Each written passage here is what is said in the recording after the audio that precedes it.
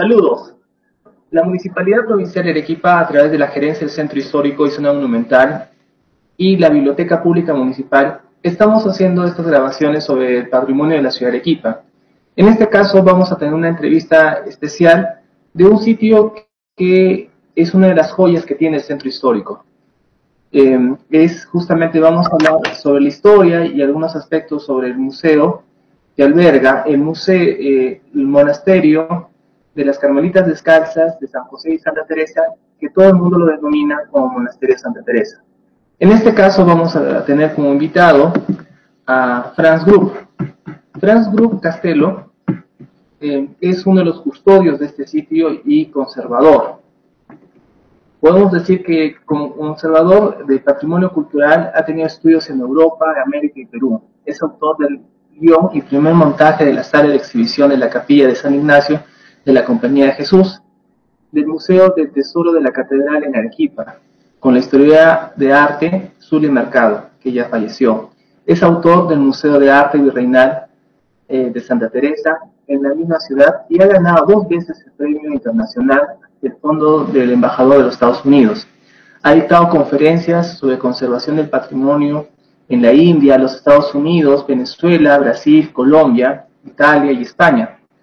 Ha restaurado colecciones de bienes culturales en Alemania, España, Venezuela y Perú, y fue miembro de la Superintendencia del Centro Histórico y ha sido director de la Oficina Desconcentrada del Ministerio de Cultura durante 3 periodos. Actualmente trabaja en su laboratorio de restauración y en el estatizaje del patrimonio cultural.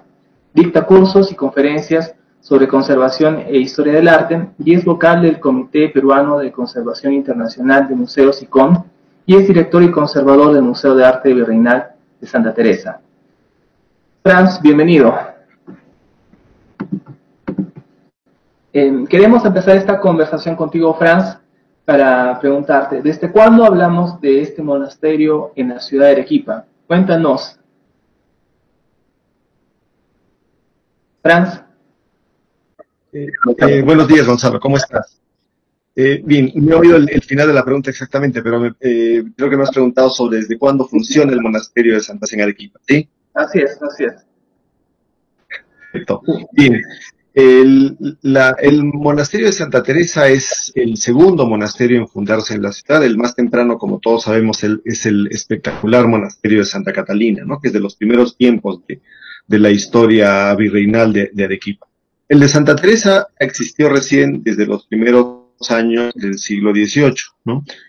Comenzó su función, o sea, comenzó ya a recibir monjas en el año de 1710, ¿no?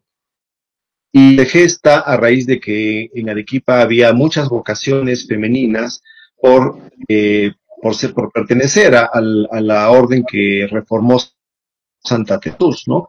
Pero como no había un monasterio carmelita en Arequipa, las señoritas, en fin, que tenían opción de ser monjas de esta orden, tenían que irse a Lima, tenían que irse al Cusco, y claro, si nos remontamos a la época virreinal, pues darse a Lima o al Cusco una odisea, ¿no? Entonces, lo ideal era que haya aquí un monasterio.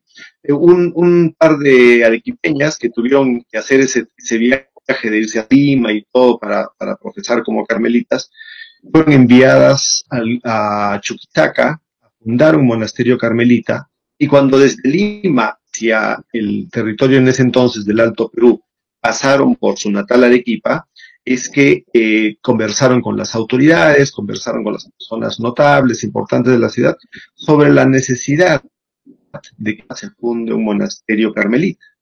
Entonces ellas, digamos que siembran la idea, ¿no? Luego siguen su camino, se van al actual territorio boliviano y demás.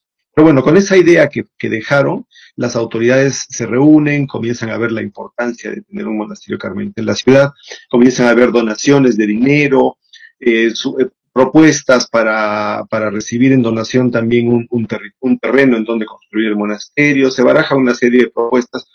Finalmente, en año 1702, ya se comienza la construcción del monasterio en el lugar en donde hoy lo conocemos, en la calle Melgar, ¿no? Inicialmente la extensión del monasterio era, bueno, no del monasterio en sí, sino las tierras de propiedad del monasterio eran enormes, porque dicen las crónicas que era toda la pampa de Miraflores, ¿no? O sea, un poco más y hasta donde alcanzaba la vista, ¿no?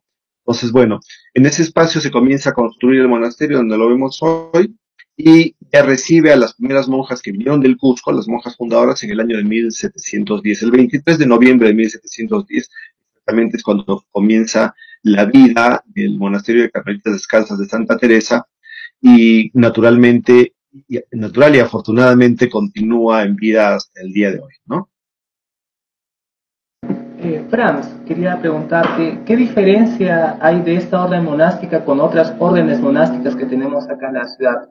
Porque tenemos Santa Rosa, Santa Catalina, en este caso las Carmelitas. ¿Qué diferencia hay en su vocación espiritual con respecto a otros monasterios femeninos en la ciudad de Arequipa? Ya, en principio, espiritualmente ninguna, ¿no? O sea, las monjas de clausura, sean carmelitas, benedictinas, dominicas, en fin, dedican su existencia metidas en su casa, en su claustro, a rezar por los afanes del mundo.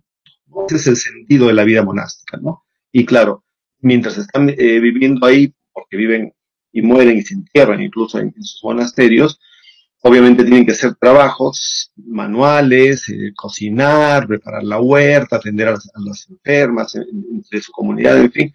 Entonces, todos esos trabajos los desarrollan rezando, ¿no? Ese orar es laborar, o sea, rezar mientras se trabaja es ciencia desde su existencia. Ahora, naturalmente, hay algunas diferencias, digamos, más bien en la forma de vida que llevan, por ejemplo, las carmelitas con respecto a las religiosas dominicas, que son las que hay en Arequipa. Dominicas son las de Santa Rosa y las de Santa Catalina, ¿no? Son de la misma orden, ¿no? Se fundaron tiempo después, pero son de la misma orden. Por ejemplo, una cosa interesante es que en los monasterios dominicos no hay un límite de personas, de residentes, de monjas, ¿no? O sea, el límite lo pone en todo caso la infraestructura que tengan, ¿no? En Santa Catalina no tengo datos precisos, pero sabemos pues que ha habido momentos en los que había cientos de religiosas, ¿no?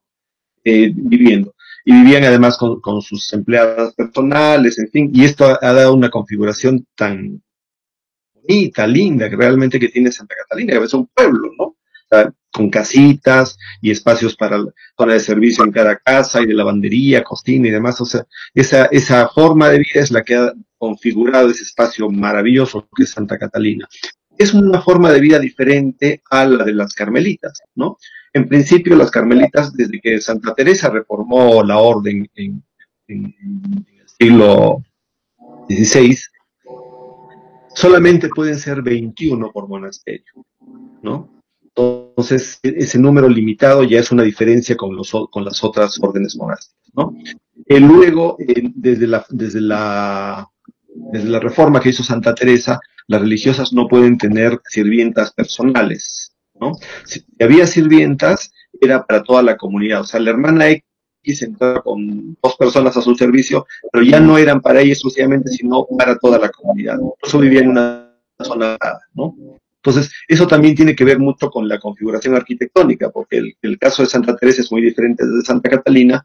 Está el claustro en donde están las celdas, es un claustro cuadrado, obviamente, ¿no? Con las 21 celdas alrededor, no más. Y celdas individuales, que son una sola habitación muy grande.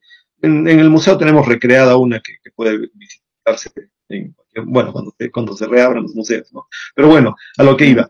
O sea, esos estilos de vida son los que han incluso influido mucho en la configuración arquitectónica, por lo menos en el caso de Arequipa, y la diferencia que hay entre Santa Catalina y Santa Teresa, por ejemplo, en el inicio de las casas, cada una tenía, ¿no?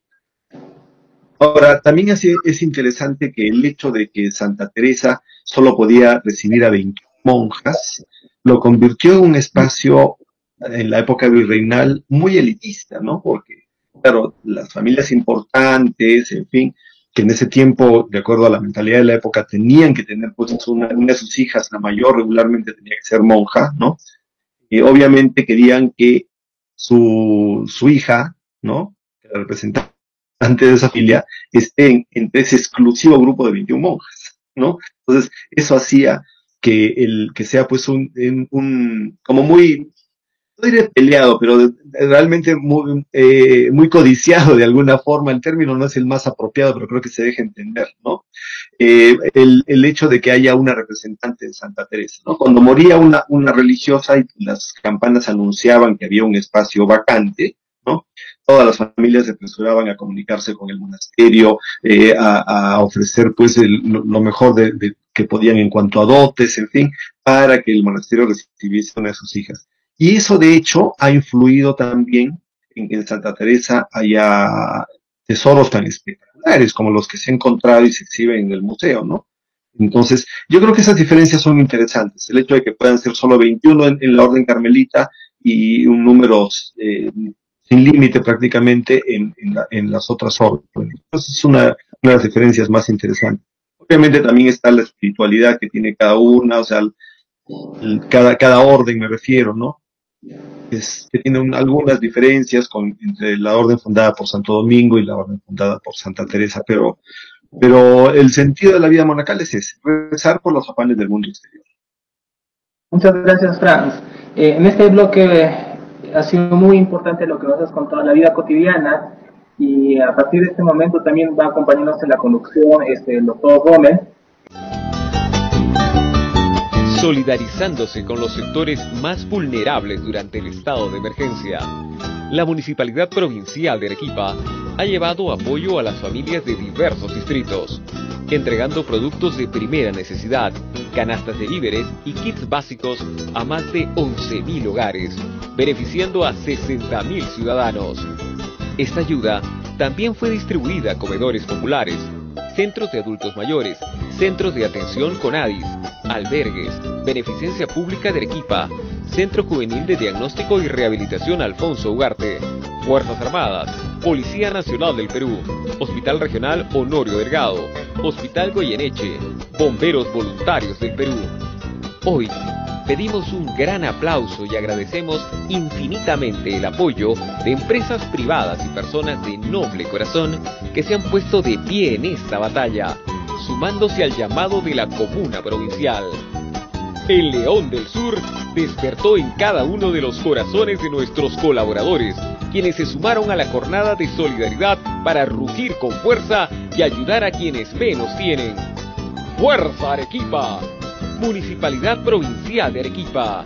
Arequipa, ciudad de todos. Continuamos con las capturas de patrimonio, incorporándose el doctor Rommel en este bloque.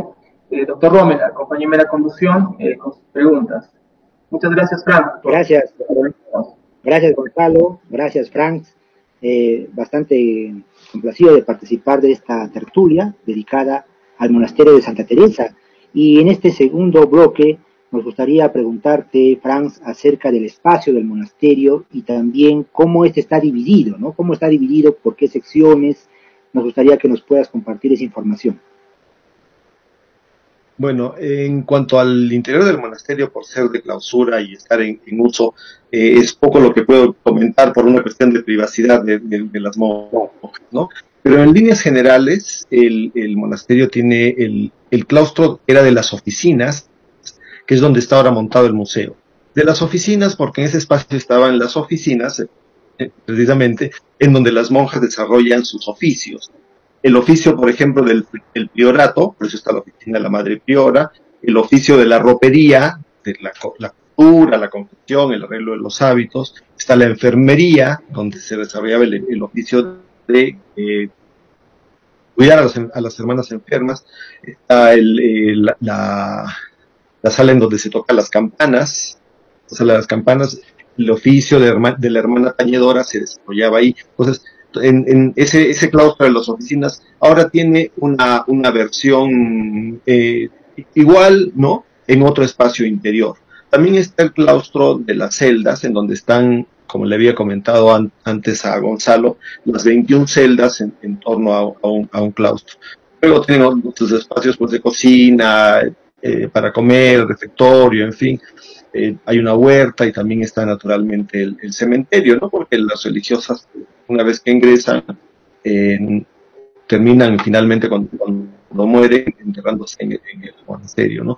Ahora, el espacio de Santa Teresa era mucho más grande de lo que hoy conocemos, ¿no? el monasterio realmente ha regalado al crecimiento urbano de Arequipa enormes espacios, ¿no? O sea, Arequipa, si cabe el término, le debe mucho al monasterio de Santa Teresa para su expansión urbana. Fíjense, por ejemplo, que el espacio en donde está la cancha de los Litos, en la línea Mariscal Castilla, ¿no? En una de las crónicas he encontrado la mención donde el monasterio cede ese espacio para que se construyan ahí unos campos deportivos. Cede espacio para la construcción de la avenida Goyeneche y de la avenida Independencia hacia la parte de arriba de la ciudad, dice. Santa Teresa cede el espacio en donde está construida toda la ciudad universitaria de San Agustín, ¿no? Lo último que Santa Teresa como monasterio regala a la ciudad es el espacio en donde están construidos los hospitales del Seguro Social. Antiguamente eran el obrero y el empleado, que es donde los conocemos hoy día. Eso es lo último que se regaló, ¿no? Y se hizo tomando parte de la huerta del monasterio, ¿no? Perdón, me estoy equivocando, ese es lo penúltimo que se regaló. Lo último que el monasterio ha regalado es un pedacito más de su huerta para hacer la calle Ayacucho, está hoy día entre Santa Teresa y el Seguro, y que da el inicio a la baja, al puente Grau, ¿no? Es lo último que se dio. Por eso, si se han fijado, esta calle tiene una curva curiosa en esa esquina. No sé si se han notado que el tráfico incluso se hace un nudo ahí, ¿no? El corte iba a ser diferente, iba para que la calle fluya directamente hacia el puente, ¿no? Pero en ese lado está pues una parte importante del monasterio, es un pedacito de huerta, y hay otras construcciones que, bueno, la discreción me impide mencionar, y en concesión a esas construcciones interiores es que se hizo esa curva para no dañar, ¿no? Y naturalmente, como digo, era un regalo a la ciudad conforme la ciudad iba creciendo, ¿no? Incluso el mercado de Miraflores, comúnmente llamado el mercado de la Chabela, ahí quedaba el cementerio del monasterio. Pero ese mercado es que se retiraron todos los cuerpos que había ahí y se llevan al nuevo cementerio que está dentro del monasterio. O sea, en la práctica el área del monasterio de Santa Teresa era enorme, ¿no es cierto? Enorme. Inmenso. Inmenso. En su mejor época, ¿cuántas monjas albergó el monasterio? Como había comentado antes a Gonzalo, Santa Teresa y todos los monasterios carmelitas, por disposición de la propia Teresa de Jesús cuando reformó la orden, solamente pueden tener un tope máximo de 21 monjas, ¿no? Si hay más de 21 vocaciones, entonces van a fundar otro monasterio en donde no lo haya y donde haga falta, o van a reforzar algún otro monasterio que tenga poco personal, ¿no? O en todo caso, si es una población mayor, ya son monjas ancianitas, pues ya bueno, pueden obviamente quedarse en la casa en donde están, ¿no? Pero el tope al que se llega máximo es de 21. Siempre ha estado en torno al tope la existencia de las monjas, ¿no? En este momento hay 16, 17, si no me equivoco, que para el número tope es un número bastante considerable. Y Frank, del área actual que tiene el monasterio de Santa Teresa, ¿en qué porcentaje está destinado al museo, ¿no? Que ahora funciona, opera hace ya varios años y que está abierto al público? Sí, lo que está destinado para el museo es más o menos el 25% del espacio de Santa Teresa. Casi la mitad, ¿no? Del área total. La cuarta parte. La cuarta parte, perdón, sí, la cuarta parte del área total. Y dime, ya a propósito del museo, nos gustaría que nos puedas contar cómo así nace la idea de crear un museo dentro del monasterio de Santa Teresa y cuándo se inaugura este museo. Pero nos gustaría que nos puedas adelantar algo al respecto. Bien, la idea del museo nace después de un desastre, ¿no? Del terremoto que sufrió Arequipa en el año 2001, ¿no? En junio del 2001. Bueno, a raíz del terremoto, Santa Teresa, y bueno, lo recordamos todos los monumentos quedaron muy dañados en el centro de la ciudad, ¿no? Unos más que otros, pero todos sufrieron algún tipo de daño. Yo recuerdo que acababa de llegar de Europa, de un curso de conservación del ICROM, y las personas de ICROMSE, cuando se enteraron del terremoto que hubo en Arequipa, programaron junto conmigo hacer un trabajo de rescate de los bienes artísticos que estaban en riesgo, ¿no? Porque yo recuerdo al día siguiente del terremoto me llamaban de San Francisco de la compañía y me decían, Franz, está cayendo esto, Franz, se ha caído aquello, Franz, está esto más. Y yo decía, ¿qué hago? O sea, ¿cómo me reparto en 20? ¿No? Y bueno, trataba de dar, pues... Franz, permíteme que te interrumpa, esa historia está muy interesante, la vamos a continuar contando después de una pausa. Gracias.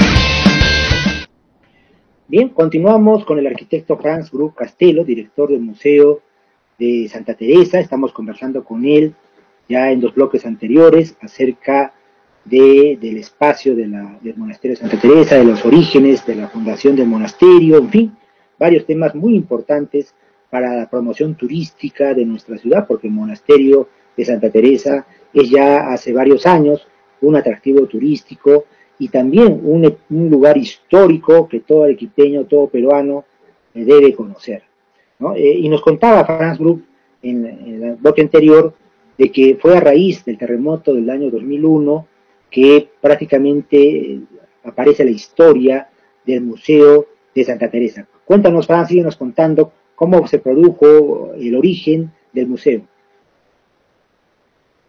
Ok, Rommel, antes una pequeña aclaración. Gracias por el título de arquitecto, pero no lo tengo. Yo soy restaurador de patrimonio cultural, no soy arquitecto. Pero bien, no, está bien. Continuando. Como les decía, después del terremoto comenzamos a hacer este rescate de obras de arte en varios sitios de Arequipa, y cuando nos tocó hacerlo en Santa Teresa, veíamos pues sorprendidos, ¿no? Y las monjas también se sorprendían de que muchas de las cosas que para ellas eran cotidianas, que veían todos los días en sus diferentes ambientes, eran piezas realmente espectaculares, ¿no? O sea, íbamos encontrando, pues, me acuerdo con mi esposa viendo una determinada escultura, pintura, que eran iconografías raras, que podía ser esto de tal autor, que esto podía ser de tal material, de tal época, de tal procedencia geográfica, en fin, y había pues un material espectacular, ¿no? Como el que vemos ahora en el museo. Entonces, después de unos días, me acuerdo de este trabajo de rescate, las monjas nos llamaron y nos encargaron el que yo creo que ha sido el encargo más grato de nuestras existencias, el de hacernos cargo de gestar todo el museo. Ahí fue que comenzamos a trabajarlo. Y finalmente, el año 2005, o sea, después de 4 años de trabajo, se abrió el 16 de junio. Acaba de cumplir el museo 15 años de abierto al. Una cosa importante que debo de mencionar es que en el trabajo inicial de crear todo el museo, la investigación, la selección de piezas, conservación, todo para abrirlo y llevarlo el primer año, lo hicimos en paralelo y uniendo esfuerzos a la par, ¿no? Con mi esposa Zuli, que murió un año después de la apertura del monasterio. Yo creo que sin duda el haber trabajado la restauración del Monasterio de Santa Teresa, siendo tú efectivamente un restaurador muy reconocido en Arequipa, pues ha sido una tarea doblemente satisfactoria, ¿no? Por un lado, pienso yo, una realización personal como restaurador, ¿no? De poder recuperar, pues, digamos, obras que estaban atesoradas por años, por siglos, seguramente, en el monasterio, y en segundo lugar, participar de la inauguración de un museo que se abre al mundo, como lo fue en su momento el monasterio de Santa Catalina, ¿no? Que también a raíz de otro terremoto, el año 58 y el año 60, pues esto también dio origen finalmente, no solamente para su restauración, sino también a decidirse a abrir el monasterio de Santa Teresa, que es una joya, ¿no es cierto?, no solo arquitectónica, sino también por la ciudadela que encierra. Claro. ¿No? La ciudadela. Y en el caso de Santa Teresa, pues igualmente, las personas que hemos tenido la suerte de visitar el museo, yo recuerdo que acompañado de tu persona, hemos recorrido en más de una oportunidad el Museo de Santa Teresa, pues es realmente un lugar encantador, ¿no? Como todos estos espacios religiosos en donde uno se siente sobrecogido, ¿no? Por la tranquilidad, ¿no? Y la atmósfera que se respira y se vive en este tipo de espacios. Y dinos, Franz, desde el año 2005, en que se abre al mundo el monasterio de Santa Teresa, ya han cumplido hasta la fecha 15 años, nos decías, ¿qué experiencias interesantes rescatarías tú en estos 15 años de trabajo al frente del Museo de Santa Teresa? Bien, el museo es toda una aventura realmente, ¿no? Para comenzar, desde en sus inicios, cuando tuvimos, me acuerdo, el presupuesto listo para comenzar a trabajar, que era una cifra, no recuerdo cuál era, pero era ni grandísima ni chiquita, ¿no? Llamamos a varios amigos de bancos, de empresas X que suelen colaborar con este tipo de proyectos, y todo el mundo nos decía, muy bien, lindo, maravilloso, ya te llamo, ¿no? Y la llamada no llegaba. Y fue interesante que el museo se ha trabajado en base a un préstamo, ¿no? Es el único museo del mundo que se ha hecho con un préstamo que en su tiempo cerró también, afortunadamente, ¿no? Eso es bien interesante, el inicio del trabajo, ¿no? Otra cosa que es muy, muy grata es ver, pues, obviamente, cómo el mensaje de los objetos llega a los visitantes, ¿no? Un museo que nosotros lo hemos pensado para que pueda ser recorrido y disfrutado, ¿no? Por una persona con un profundo sentimiento religioso. Hay personas mayores, especialmente, en fin, que van, los guías les están hablando y las personas a veces están, no sé, dándole un beso a la vitrina por el objeto que está detrás de la vitrina, que es de su devoción, ¿no? Y salen felices y contentas. Ha habido personas completamente agnósticas, claramente ateas, que han ido y han salido también muy contentos de ver las expresiones artísticas de otras épocas, como se vivió en otro momento. O sea, es un museo que tiene varios diálogos, diría yo, para todo tipo de visitantes, ¿no? Van personas mayores, van estudiantes, van personajes muy ilustrados, van niños, ¿no? Recibimos todo tipo de público y es muy grato ver que todas las personas salen contentas. O sea, ver el libro de visitas o conversar con quienes están en vida es muy grato. No recuerdo a nadie que haya hecho un mal comentario, y de hecho en el libro de visitas nadie ha notado algo negativo, ¿no? Como repito, ha ido siempre un público muy heterogéneo y han salido contentos. Hemos buscado que el montaje de las piezas llegue, como decía, a todo el público, porque lo que se va a buscar a un museo es distraerse. Y en ese momento de distraerse, se puede aprender. Eso es lo interesante, ¿no? Entonces, el diálogo que hemos logrado entre las piezas y los visitantes a través de nuestros guías, creo que ha sido satisfactorio, ¿no? Hemos logrado que las piezas hablen realmente. Otra cosa interesante es que Santa Teresa es un museo vivo, ¿no? Seguramente habrán visto ustedes que quien va al mediodía a las 12 puede oír lo que cantan las monjas del Ángelus en el coro bajo, en fin. O sea que es interesante porque es una vivencia, eso no es actuación para turistas. Esa es su vida cotidiana, que tiene en este momento más de 300 años de ininterrumpidamente desarrollarse, y que la gente puede participar a través de una puerta, pues no las ven directamente, pero sí las pueden oír, ¿no? Entonces, como vivencia es interesante.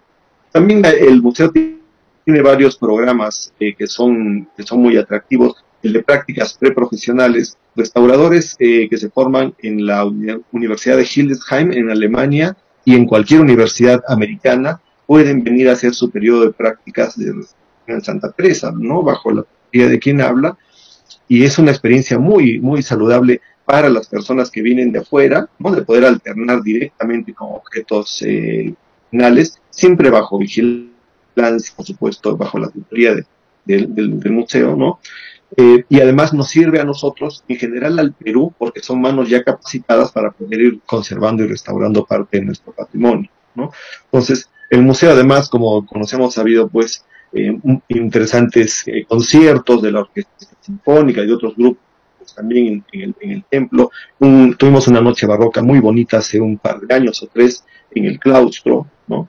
Todos los artistas, los ejecutantes y cantantes disfrazados con trajes de época y todo, Resultó realmente muy agradable. Tenemos conferencias, cursos de conservación, de restauración, conferencias sobre historia del arte, en fin, en general es un centro cultural bien interesante donde se vive en cuanto a trabajo, uno lo pasa muy bien, ¿no? Es muy agradable realmente poder trabajar en lo que a uno le gusta, ¿no? No nos haremos ricos, pero estamos contentos de trabajar en lo que queremos y además de contribuir, de hecho, de una forma, creo yo que muy efectiva, a la educación de las personas. El museo es un espacio educativo, ¿no? Donde la gente, como dije hace un momento, mientras ve algo bonito, algo simpático, mientras se distrae, mientras utiliza en forma positiva el tiempo de ocio que puede tener, le va quedando algo sobre la historia del arte, sobre la historia en general de la época virreinal, sobre la religiosidad de carmelitas, en fin, o sea, hay varios puntos que siempre dejan una huella positiva en el visitante de cualquier edad y de cualquier condición educativa, económica.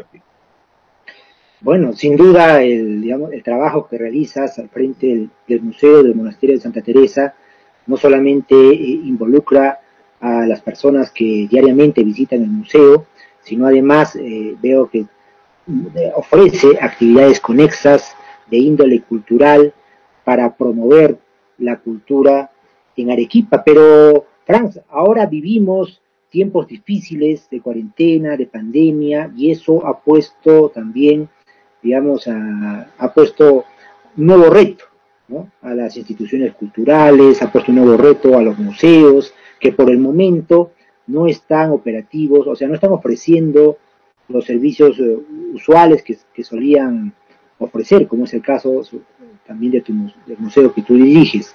¿Cuáles son los nuevos emprendimientos o las nuevas modalidades de trabajo que va a emprender el Museo de Santa Teresa bajo tu dirección para adaptarse a las nuevas circunstancias que nos ha tocado vivir?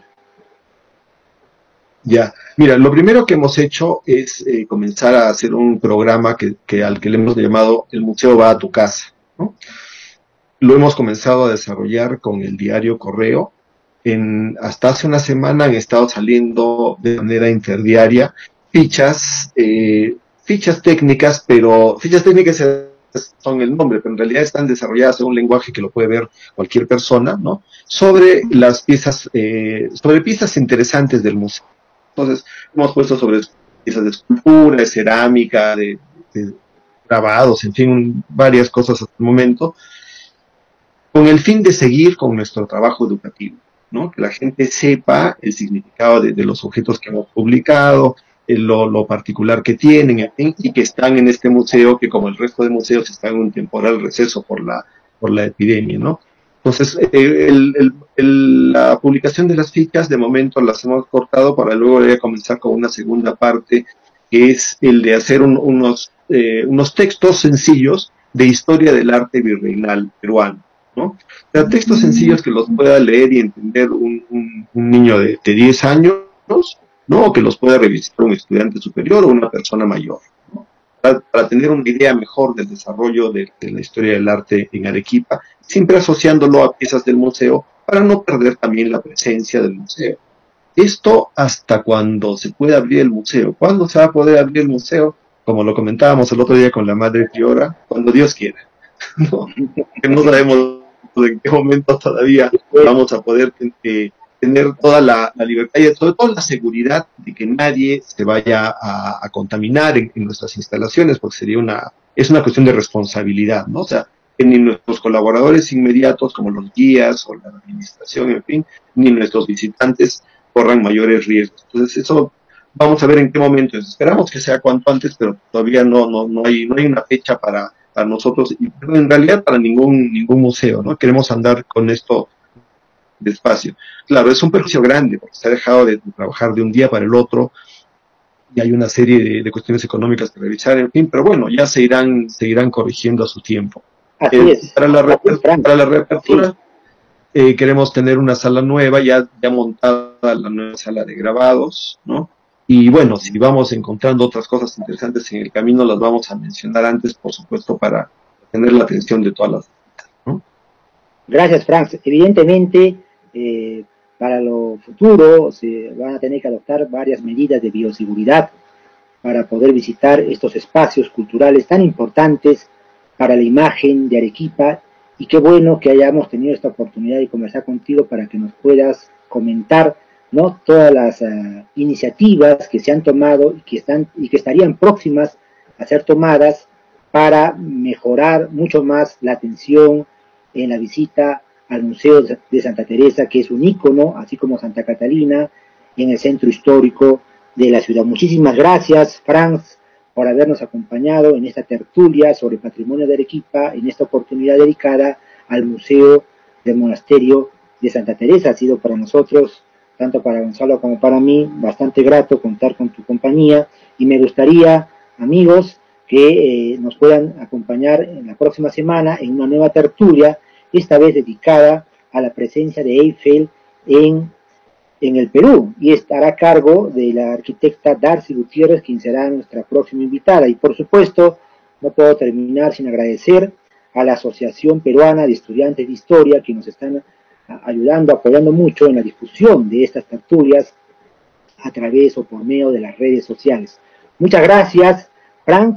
Será hasta otra oportunidad. Gonzalo, igual a ti, amigos que siguen nuestro programa Tertulia sobre Patrimonio de Arequipa. Será hasta la siguiente edición.